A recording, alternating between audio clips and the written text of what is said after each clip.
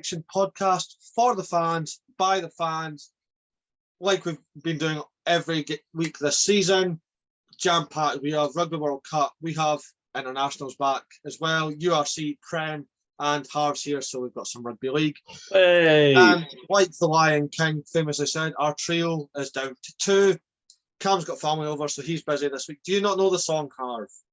I feel like I should. I haven't watched The Lion King in God knows how. My godmother, I love her, and she ran The Lion King for like 20 years in one of the biggest like theatres in London. And I went to it so many times for free, and I still don't know The Lion King like off by heart.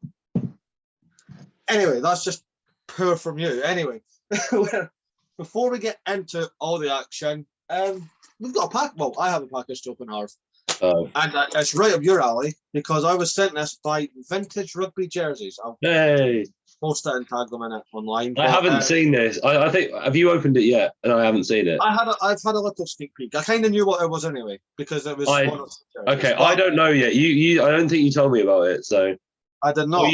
Or maybe you did, and yeah. I know that you're a big vintage fan. Okay, I'm actually quite excited because I feel like everyone should have a vintage jersey of like their own team. It's not my own team, but it is hella vintage. Sail Sharks, but look at that. Woo! It's pretty cool. Nah, man. If it's Cotton Traders, then like it's valid. Yeah, Cotton Traders right there. There you go. Cotton Traders is like, you know what? We don't need the Adidas's or Macrons or even Castore. Actually, we definitely don't need Castore. All we need is Cotton Traders back. There we go. So Cotton Traders, if you're listening, instead of making boat shoes, make rugby jerseys again. I was going to say, and I want to ask you about this, Murray, and I've mentioned this before. Okay. In America, obviously, they do like sometimes a retro round, or I think in Australia as well, they do some retro rounds, especially in AFL and stuff like that. Yes. Should something like Premiership Rugby have a retro round with heritage jerseys? But here's my idea. It's not just a new style jersey with an old style design. I'm talking cotton, long sleeves, collars. I'm not against it. I like the idea because I can't find it, but I want. Oh, there it is. I really, really want Edinburgh even just for the one game. I want them to return to bloody hell. That design. Hear me out. That design with the new colour scheme. Gorgeous. It would be like I miss the Edinburgh black and red, but I'm talking like I'm talking like old style. I'm talking cotton, classic like 90s jerseys. Now it won't happen because players will kick up a fuss about we need this material and we feel like comfortable playing in this. But one can dream, surely. Yeah, that's true. Well, I'm going to leave it up to you this week, Harv. Where would you like to start? Oh, Lord. I'd say because it was quarterfinal action. Let's start with the World Cup. Let's start with the World Cup. And brilliant action. As per usual. We love it. And just the time difference is a bit of a kick. I mean, like, I was there, obviously the England match was this morning at 1:30 in the morning. I had a hell of a night last night getting back from up north. I was ill. The journey was stressful. And I was like, I'm not waking up at 1:30. Thank you very much. Well, I came across it accidentally. I forgot I was actually on that early. And I was being a good partner and waiting up on Rachel. So I went and flicked on the telly and the rugby was on. So I was like, hey, there we go. Happy days. But we're going to start with the hosts. Black Ferns, oh God, just running riot on Wales for this. I feel like we cut Wales a bit too much slack in our predictions. I think we did because we said that they played them, so now they know what they're up against. Yeah, no, they just. Yeah, but so did New Zealand. That's the problem. Yeah, true. I mean, again, we've mentioned her countless times this season already. Portia Woodman, the all-time Rugby World Cup top try scorer now. Way. And I don't think she's stopping. I think she's going to smash her own record next week because it's frightening. No, of course. I mean, she has been, possibly at the top of world rugby for quite some time now. And I mean, she's putting herself on a platform. She's been absolutely incredible. I've got no words, honestly. I mean, I have no words in my head right now, so I should probably just stop talking. That's how good she is. Harv can't speak. That's how good Portia Woodman is. I can't speak anyway. My throat's gone. They will face, in the semi-finals, they will face France. Absolutely. You did call it, to be fair. I gave Italy way too much credit for this one. France 39, Italy 3. Can we just say, though, this is Italy's first World Cup knockout match in history. Love it. Across everything. This is their first quarterfinal in history, their first knockout in history. And they went out there, played like Ireland, and got knocked out in the quarterfinals. So every time we mention the World Cup, I had to mention it. We'll move on to Sunday just because you touched on it. Red Roses, still the streak continues. You know what? The weather was horrific. I wanted to give so much more credit last week to the Australians because I'd seen the match they played against New Zealand. It was obviously their toughest match in the group. Yeah. I said, if they can play like that, I think they can give England a shot. England just ran riot. Let's be real. I mean, Marley Parker, over 100 running meters. As an 8. Unreal. Just, oh God. Also, quick shout out as well, Sarah Hunter. The all-time England caps record, England legend. She will go down in history. And I don't want to hear any smarty comments going, who's that? It's Sarah Hunter. The GOAT. The GOAT. Definitely in the discussion anyway. But yeah, just too comfortable for the Red Roses in the end. 41-5 in possibly the worst conditions this World Cup has had. Oh my word. I mean, I thought I have played in English weather that bad. This is on another level. Yeah. It's probably a talent to even play a game at that level, let alone a World Cup game. Yeah. Facts on facts there, Harv. I can't agree with you anymore. And they will face Canada in the semi-finals. Canada coming up against the USA for the second week in a row, 32-11 to the Maple Leafs. I don't know if that's their nickname, but it is now because the Maple Leafs own everything in Canada. So there you go. But brilliant game again. And I do actually kind of feel for friend of the show, Captain America, Kate Zachary. I saw her interview afterwards. Passion, though. That's what you want. Passion. Yeah. That's what you need. That's what you need. Right. Should we predict these semi-finals then? Yeah, To make it interesting, should we go with actual scores? Not by how many. Because for these kind of games, you can't just give margins. Okay, that's fine. Yeah, let's go for it. So we've got Black Ferns versus France. Now, I would give France more credit than because I like France. Okay. I've always liked France. I like the way they play. Yes. Do you want to make it more interesting? However, the Black Ferns just they're too good. Are you sure? Because the last time they're scary, man. A year ago, France decimated the Black Ferns. The Black Ferns, I think, apart from England, the Black Ferns are the ones to beat. Okay, that's fine. I want to give more. The thing is, in my head, I want to say France.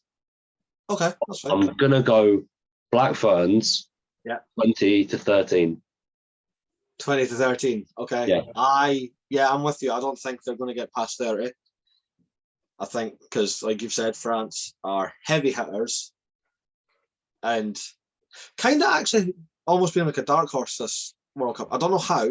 It's just they've been very quiet. but I'm going to go Black Ferns 17, France 14. I think it's going to be that close. Oh, I like that. I like that. And we have the Red Roses versus Canada. Guest again, we have Emily Scarra and Ellie Kildon against Sophie de Goody. I feel bad for Canada for what I'm about to say. Go for it. 35-12 to England. Now, that could have been worse. However, Canada have been, I mean, I think they're undefeated. Yeah, they've absolutely brushed the pool.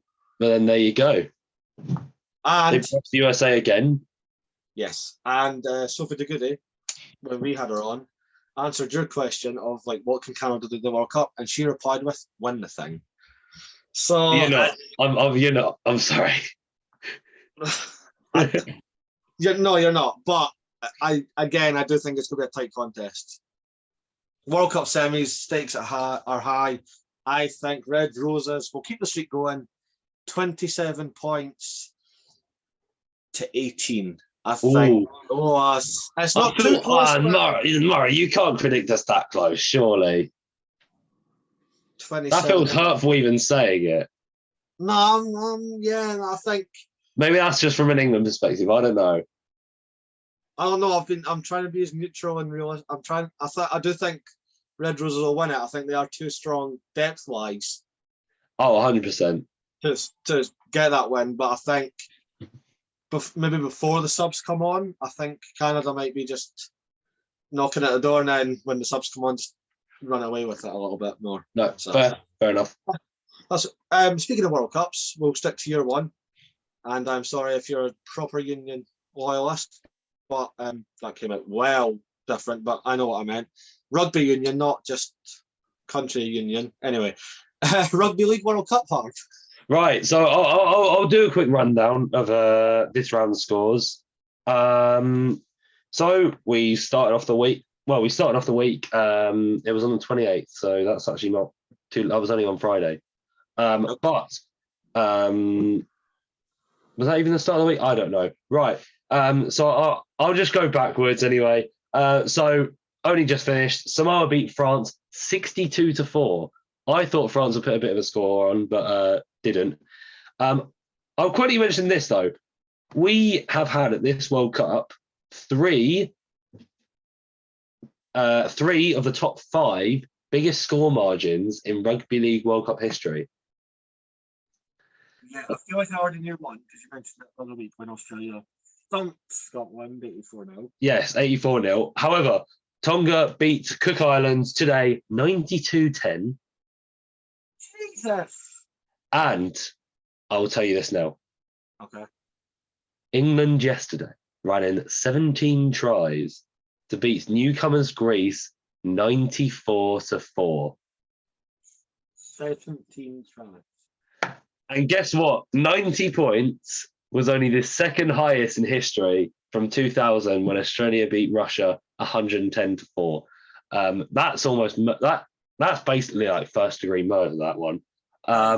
But I believe that's we've got one pool game tomorrow, but as it stands, England and Samoa go through from Group A, Australia and Fiji go through from Group B, New Zealand and Lebanon go through from Group C, and I believe it's Tonga definitely going through from Group D. However, Wales, if they beat Papua New Guinea by a certain score margin, then they can go through from Group D, but it looks as if PNG are going through.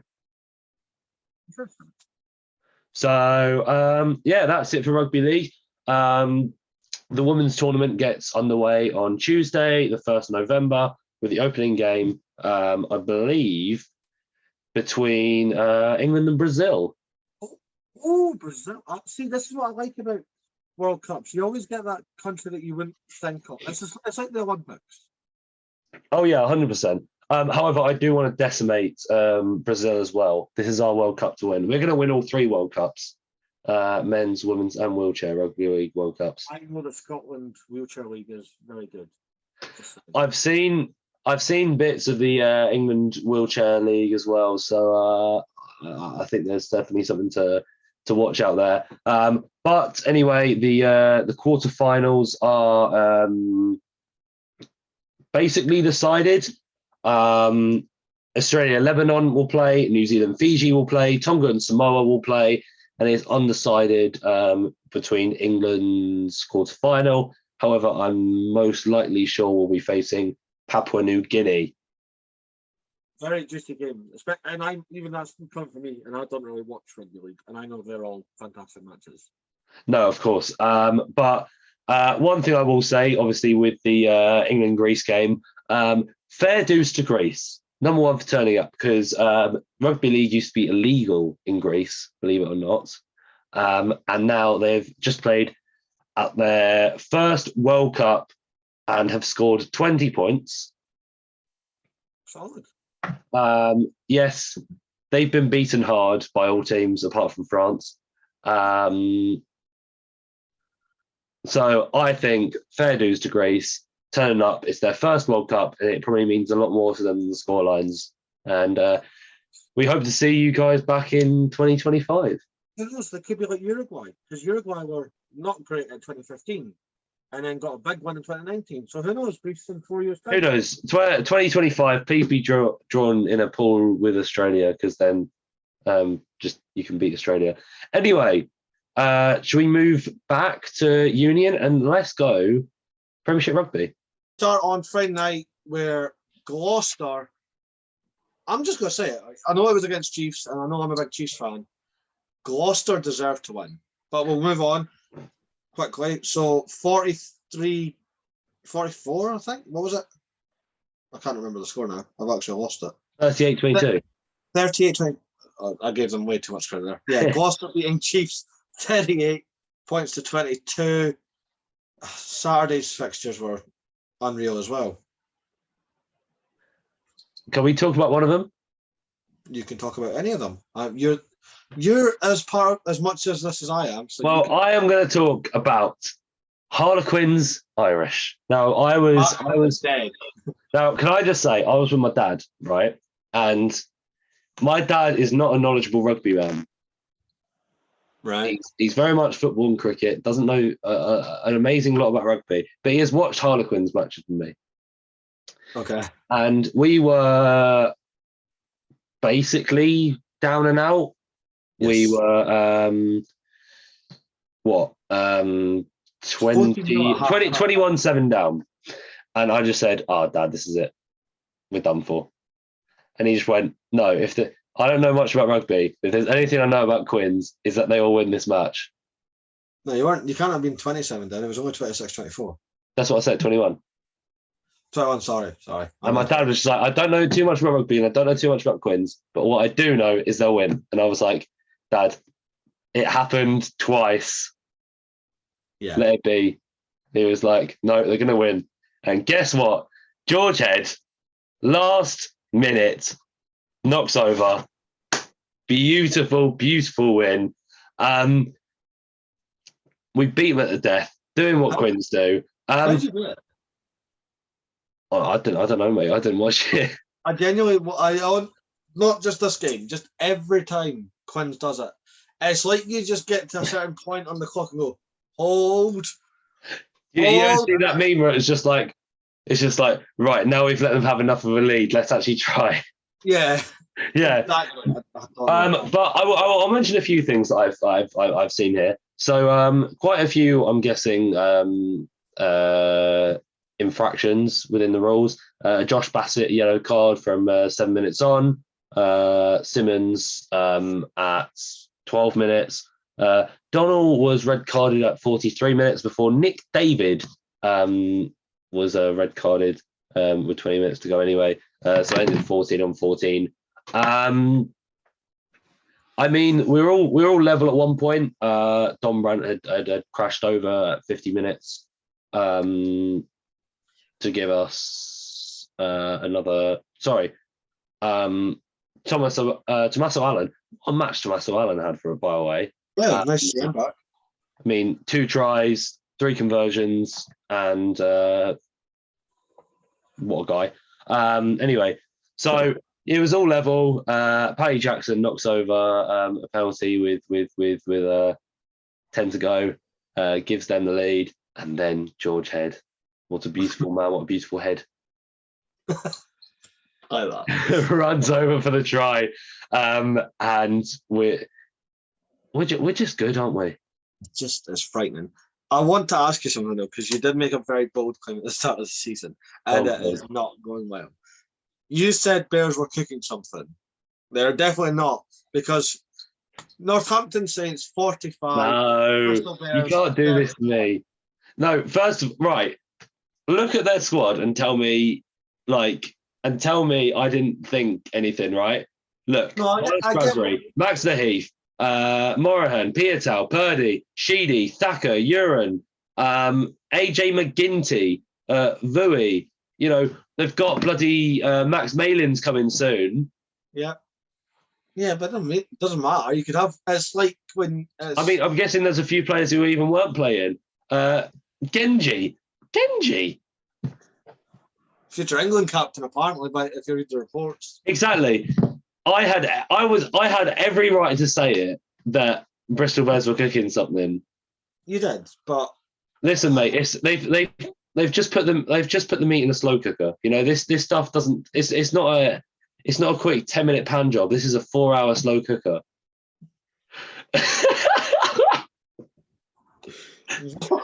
I can see you losing the will with me. I'm saying nothing on that, but I mean, yeah, it wasn't a good week, and Saracens won again. That's never a good week. That's just but first of all, we have some news from both of our clubs who dearly departed us. First of all, from Wasps, it looks as if their future has been secured. They have been suspended for the rest of the season. They're out. From Premiership and Premiership Rugby Cup, and also, I believe, in that case, European competition. However, they do look as if their future is bright. They have a new buyer. It is not Mike Ashley. It's a consortium. It's consortium. However, it does look like they will be playing Championship Rugby next season, but it will be a lot more secure. So, from what I read, it's a consortium of former players as well. So it's proper people that care about the club as well. So that's always good to see. And then going on over to, obviously, Worcester, Steve Diamond was actually making an inquiry to buy the club, which was incredible. Shows how much he loves the club. However, it looks as if another consortium will look to take over Worcester Warriors, probably with a lot more money than Steve Diamond could have offered. And I believe Steve Diamond has taken that and said, you know what, fair play. If it secures the future of the club, I'm all for it. So he has stupid money, doesn't he? He's trying to buy a whole club. No, but it's weird to think that like a rugby coach, essentially, he's not a businessman. Like from the outside of looking in, he's not a businessman. He's a rugby coach, and he has money to buy a team. That's unreal. No, of course not. But we have 4 matches next week. Would we like to make some predictions? Go on then. You might as well. Since we're Friday night rugby, and possibly the team that have played the most Friday night matches I've ever seen. Exeter Chiefs are away to Northampton Saints. It's the first one when there's nobody there. Back your team though, Saints. No, not Saints. Back your team, Chiefs. How much? Go on. 5. It's not going to be a runaway, I don't think. Exeter by 5. It won't be an Exeter win anyway. It's going to be Saints by 10. Anyway, so 2 matches on Saturday. We have Sale Sharks hosting Gloucester. Now, this is interesting because Sale have been exploited in the last 2 matches by both Harlequins and Saracens. Obviously, both 2 good sides. However, I believe in recent form, Gloucester have got something. They have, but again, like what I just said about Chiefs, a lot of the big boys are away next week. It's international. There's 3 on the back line alone that's gone. Ooh. Maybe 4 if you're including Carreras. Got it then. Hastings, Chris Harris, Lewis Summit, and No, I meant go on, have a prediction. Oh, I really want These ones will be difficult only because there's boys away and big teams. I'd like to see how good the depth is at Gloucester. So I'm going to say Gloucester by 2. It's going to be tight. I reckon Sale will win by 5, and I reckon because I just reckon that Sale have a lot of non-international players. I can think of Quirk, Tuolagi, Curry. That's about it. There's the Dupree, all the Duprees that play there. They're still going to be there. Yeah, exactly. That's what I had in my mind anyway. So I reckon Sale will have that depth advantage. Then speaking of, we have Newcastle Falcons versus Bath. Bath got a big win last week. All I will say is I can't think of a single England player that played for Newcastle Falcons. So Adam Radwan and George McGuigan. Apart from no England player plays for Newcastle, so I'm going to give Newcastle that upper hand. And I'm actually going to say it's going to be Newcastle by 9. Oh, now I don't think, like what you said with Sale, I don't think Bath have many players away. I feel like Bath will have more than Newcastle. Charlie Hughes isn't in the England squads yet. Ollie Lawrence isn't in this England squad. No, if you look at Bath, you're losing Bayliss and Redpath. Bayliss, Redpath, Ollie Lawrence. Nope, he's not in the team. No, he's not. Yeah, actually, that's probably about it. You're only really losing Bayliss and Redpath. No, actually, you know what? That's fair. That's fair.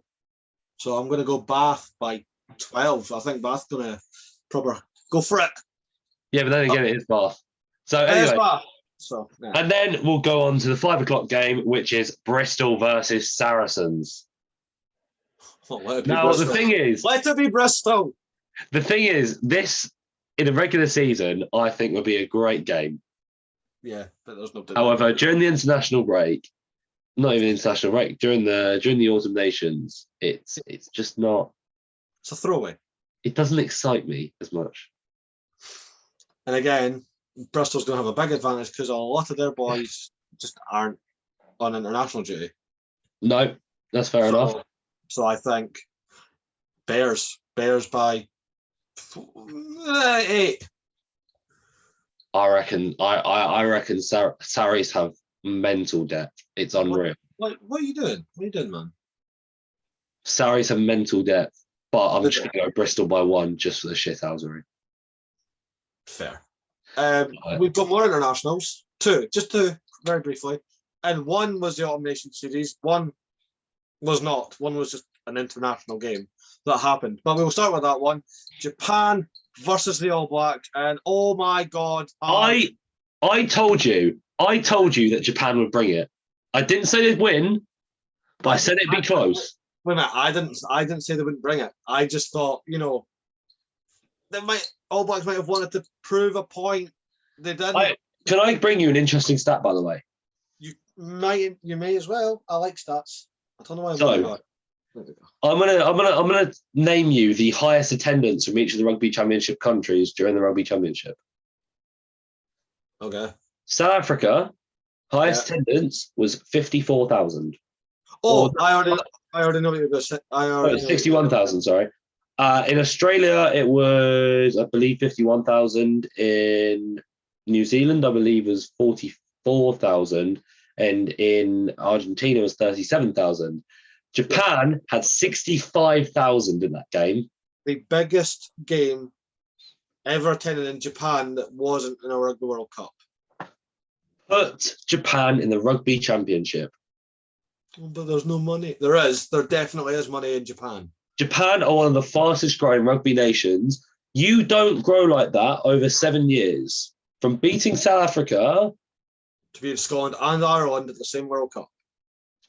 That's just in 4 years. They've brought 65k to one score difference against New Zealand. Stuff like that doesn't happen. Thing is, they had it. It was 34-31.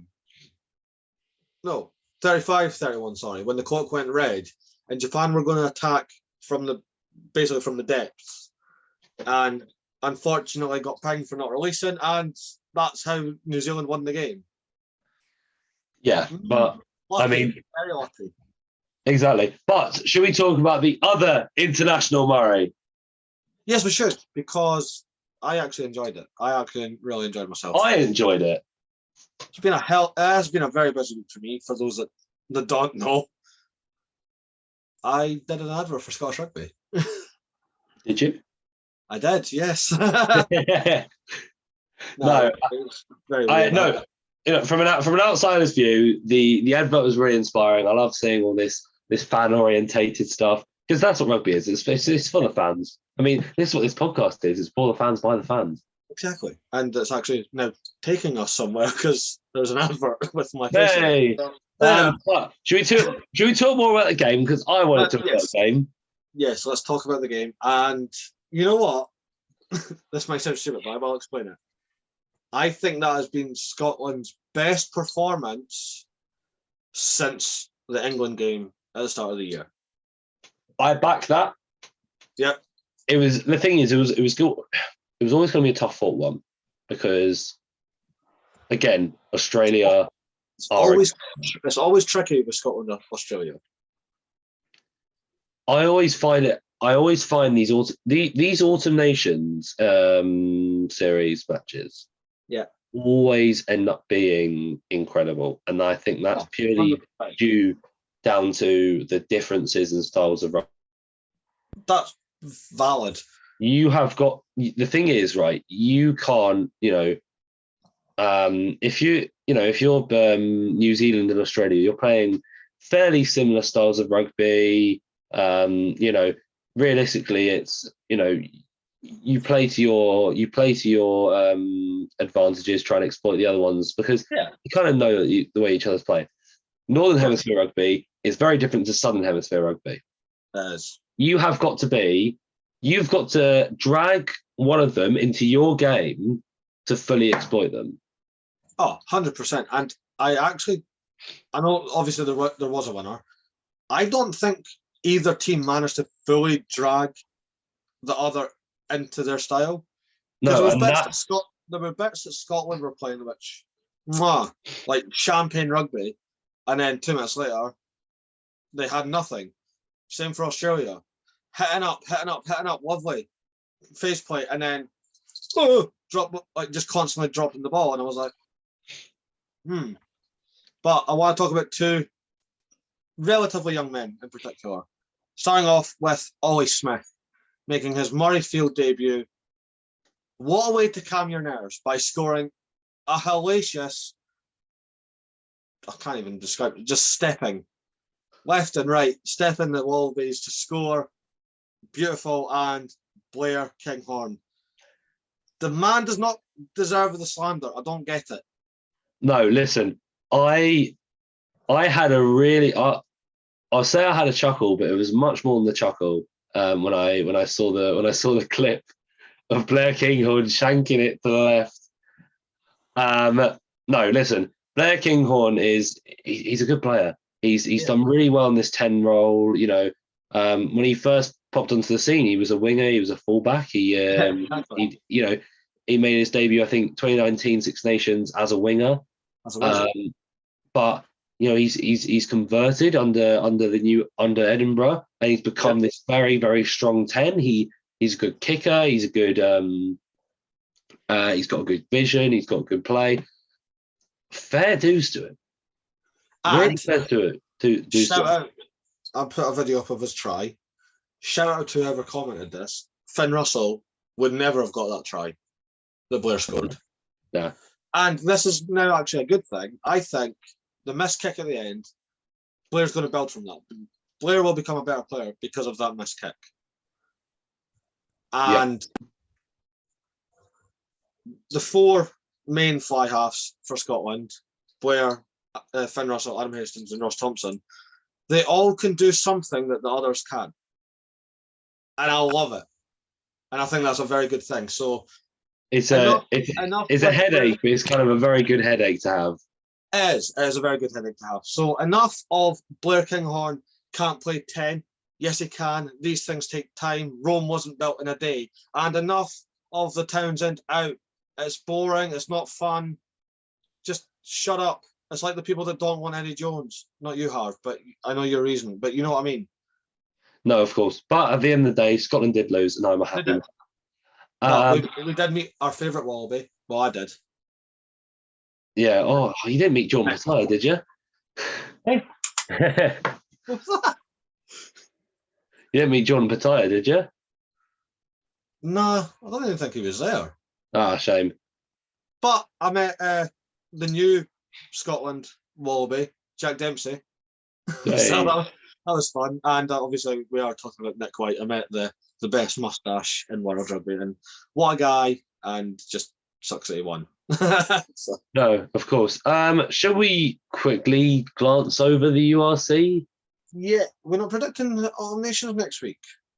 We'll move on to that in a minute because I feel like that takes a lot more. It takes a lot more than just a quick score. We need a bit of preview for it. Well, we'll quickly we'll run right through the URC. Do you want me to quick fire this? I've got it here, but if you want, go for it. No, of course. Anyway, Friday night, Scarlets get decimated by Leinster at home. Glasgow somehow beat the greatest team to have ever stepped on a rugby pitch, Benetton, 37-0. Yes. Stormers get the better of their South African rivals, the Lions, 31-22. Yeah. Ulster beat Munster by 1 point in a grudge match, which should have seen a Munster player sent off for a ridiculous high tackle, 15-14. Dragons conquer Zebre, 47-7. Woo! Connacht beat the Ospreys, 22-19. Yes. Bulls get the better of Sharks, 40-27, and Edinburgh beat Cardiff, 25-17. There you go. Now, and there's no URC for 3 weeks. There's no URC for 3 weeks, so we'll ignore the URC now. But do you want me to get on to the bloody hell? Come on. The Autumn Nations Series for next week. So, should we start off on the Saturday? We have Italy versus Samoa at 1 o'clock. That's a beautiful game for a neutral. The thing is, because these will be like two complete. I know we talk about contrasting styles of rugby. This will be like two pieces of music playing at once. Yeah, you're going to get slow, methodical, and then like drum and bass in the next corner, just going absolutely mental. That's what I'm saying. So this will be like, I'm not saying it'll be a good game. It'll be an incredibly, incredibly interesting game. Oh, yeah. But I am going to go with Samoa by 12. I'm going to ask something stupid. I know it's in Italy. I gathered that, but where is it in Italy? It's not at the Olimpico, is it? The Stadio Plebiscito. It's in Padua, which is, I'm guessing, not anywhere big. I'm going to back Italy then.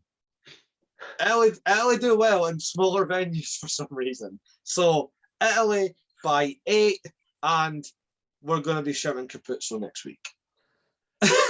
Anyway, next 1 o'clock game. You'll probably care about this. Scotland Fiji. Why'd you say it like that? No. Again, two contrasting styles of rugby. Probably not. Scotland play a bit more of a free-flowing. Not as free-flowing game. Not as free-flowing as Fiji, but I think we're going to see two exciting styles of rugby being played here. Oh, yeah. It is going to be absolutely beautiful. However, I'm going to say Scotland are going to beat Fiji by 15. 15? 15. Okay. I think we'll get the win, obviously. I'd back your team, always. When was a draw? Always Scotland. Scotland by 17. 17. Okay, fair enough. Now,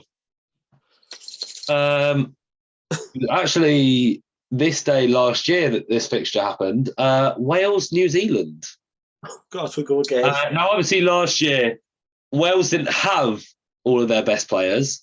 They were playing in basically an empty principality as well, which saw New Zealand, I believe. Back then. Huh? That game got the women the contracts. That's how popular it was. What, Wales, New Zealand? Yeah. It was a sellout, mate. It was definitely a sellout last year. It shouldn't have been because of the result, but anyway, New Zealand beat Wales 54-16 that game. Wales are obviously going to come in with a much stronger side. However, I don't think they'll be incredibly strong. There's obviously some injury problems with Wales anyway. They still haven't sorted out their 10 problem for the last like 20 years, so I don't expect them to sort it out now anyway. Chuck him in at the deep end. Sam Costello, get him in. I reckon it'll be Gareth Anscombe, but, but New Zealand are going to win by 20. Yeah. I don't think Wales are making history next week. Sorry. New Zealand are going to be pissed off at the Japan game for a start. And, it's tale as old as time, isn't it? A pissed off All Blacks is not a team you want to be against. Fair enough. So yeah, I'm going to be bored. I'm going to say the exact same scores here. All Blacks by 20, but Ireland host the Box. Now this is going to be physical. It's going to be absolutely brutal. Like I pray for some little backs out there because they are going to get absolutely mortified on both teams actually. Yeah, Gibson Park's going to look right down Dwayne Romano. Gibson Park's going to look like an Eben Itzemouth and start fighting. And like Faf is going to be looking like, well, I say it a lot, but then again, he took Courtney Laws to the ground. So anyway, this is going to be physical. So I'm going to say it's going to be low scoring, but I reckon it's going to be Ireland by 9. Ooh, I'm going to get so much shit for this. I think the Box are going to win by 3. No! How much? 3, just 3. I thought you said 30 for a sec. No. I'm completely agreeing with you that it's going to be a very low scoring game. But it'll be like I reckon it'll be like 17-8 to Ireland. It's just South Africa have 2 very strong games like back to back, and I think they're going to win one and lose one. So it's like that. I don't know which way it's going to go, but I'm going to say Ireland lose. Now, this match excites me, and purely for the fact that whenever it comes on, it excites me, and I don't know why. France host Australia. Ooh, that's always a fun game. Again, it's always a fun game. However, Australia, obviously, starting off their campaign with the win. Shut up. France come in as possibly they're the strongest side in the Northern Hemisphere, possibly the strongest side in the world. I'm going to say, but I reckon Australia will cause problem for them. I'm going to say it's going to be France by 4. But that's no detriment to France, whatever. I think both teams are going to play beautifully. I think France might get a bit too comfortable in the end, and they're going to win it by 12. 12. France by 12, yeah. Okay. Because Australia's very weird. Like, they will give it everything. There's no discredit in that. They will always give it their all. But after so many minutes, or it might even just be a blitz, and then they just generally can't come back from it. No, fair enough. There's always this gap in a game where they just can't do anything right. Anyway, yeah. Let's move on to the Sunday. The sole match on the Sunday. One and only. England host Argentina. Vamos los Pumas! I thought that feels like me during the summer. Right. I will say as an England fan, the possibility of Argentina scares me. Number one, because they did a job on Scotland, who did a job on us. That's just pure math. Not math. Maths.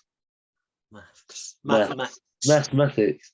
No, Argentina did a job on Scotland. Scotland did a job on us. It's basic. Argentina did a job in New Zealand as well. Whatever. Argentina did a job in New Zealand. They've been scary. However, it all depends on when they turn up. It also depends what team. And again, this is just you play with what's in front of you. It also depends what England team gets named. Because I feel like Eddie Jones might want to take the piss with this and not go full whack. Which is why I'm going to go England by 3.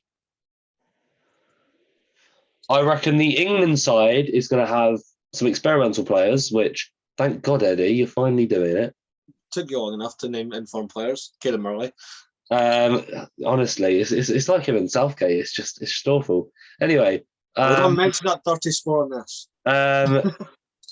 No detriment to Argentina. They're obviously going to bring a strong side. They're going to bring Matera. They're going to bring I don't know if Sanchez is still out. Yeah, he's out. God. All right then. Carreras. They're going to bring Buffelli. It's going to be scary. There are going to be some good players there. Are they going to have all the Mateuses? The Mateus I? You could say. No. Is Lavanini still on the squad? He's been playing in England. Don't let Lavanini near the team because you always get booked. You goon. But Lavanini has now had experience playing against English players. Is he going to be useful to that side? Are they going to have Julian Montoya? We don't know. So, I'd say with that, Argentina bring a strong game. However, I'd say if you can pick the forwards right, England prevail. I'm going to say Argentina by 3, but it's not going to be like by a penalty kick. It's going to be done basically the exact same way that they won the series in the summer. It's going to be the boy, the king. Don't hurt me. Don't hurt me. It's going to be Boff in the corner with a famous victory, and it will culminate almost Argentina's like perfect year. You didn't have to do that, Murray. I'm sorry. That hurt. Yeah, well, you said Argentina 3 times on the bounce in the summer, so. Anyway, that's not all. That's not it for international rugby. Because the 7 season's back. Yay! They don't get much time off, do they? They really don't. They don't, and it feels weird calling this obviously the start of the 22-23 season. November. Anyway, we start in Hong Kong, fresh slate. Murray, who are your winners of the whole thing? You want me to predict the World Series winners now? The World Series winners. And then, right, go on then. I'm going to let you pick World Series winners, your Hong Kong winners, and then your surprise package. Okay, so World Series winners. For the women, it's going to be the Aussies again. Maddie and Tegan, love them.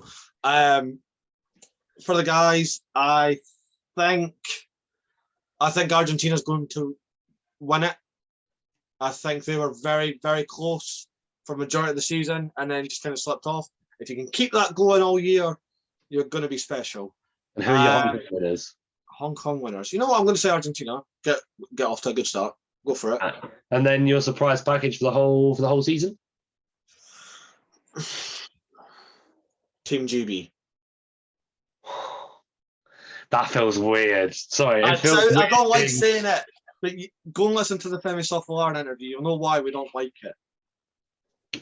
Anyway, so I want to say your overall winners for the women's is going to be Australia. Then again, they absolutely blew everyone out of the water last year. For the men's, I'm going to go New Zealand. That would be nice. It'd be nice to see them actually come back into it. Exactly, and I think they're unfortunate, obviously missing quite a few events last year, which kind of put them on the back foot. I was just going to say, do you know where they finished last year? But again, they did miss some events. Yeah, exactly. 8th. 8th. New Zealand sevens, All Black sevens, the most World Series. Oh yes. 8th. Yeah, so I think they'll be back fighting fit this year. Hong Kong winners. I'd like to see Hong Kong do it. But I'm going to start off with. I'm going to give it to Fiji. Yeah, that's a safe bet. But my surprises are going to be Ireland. Yes, very good last year. They were very. I loved watching them in London, and they came so close. I think at Paris. Toulouse, where they came second. I think they're going to win the event this year. And then what they did in the World Cup of sevens as well. Oh, of course. I forgot all about that. Anyway, now that I've mentioned that, they've actually had like 0 time off. They've had a month. I know. But Ireland are going to be incredible. Oh yeah, facts. But anyway, actually, I might actually back Ireland to win the Hong Kong sevens. Go for it then. Being Argentina, but Argentina will progress throughout. Be more. It works out. Yeah, I know what I'm on about. That's all that matters. But that is a lot of rugby next week. Maybe too much. Strap in. Might do a 2-parter next week. I don't know. I know. I haven't even fit the rugby league into it. Well, we manage. We always manage. Harv, it's Rugby Connection. There's so much sport next week. We've probably got some Premier League, the MotoGP decider. We've got probably some F1 as well. We've got everything, man. Jesus. What are we gonna do? On the plus side for us next week, there is no URC, so we have like even the sevens could just slot nicely there. So there you go. I'm gonna be sat here on Sunday night just like dreading. Oh mate, we've got an hour and a half episode in front of us. We're gonna die. No, you don't. You're fine. We've dragged Cav into it as well. Well, what have we done? We're monsters. We'll just keep going. But the latest interview is now available. We have another Red Rose. I did mention her earlier at the start of the episode. Ellie Kildon. What a chat. There is actually cameos as well. Spoiler, there is cameos from other Red Roses in that interview because hotel rooms are fun. So there you go. But Harv, always a pleasure. Thank you very much. And we have been Rugby Connection Podcast, and we'll see you next time.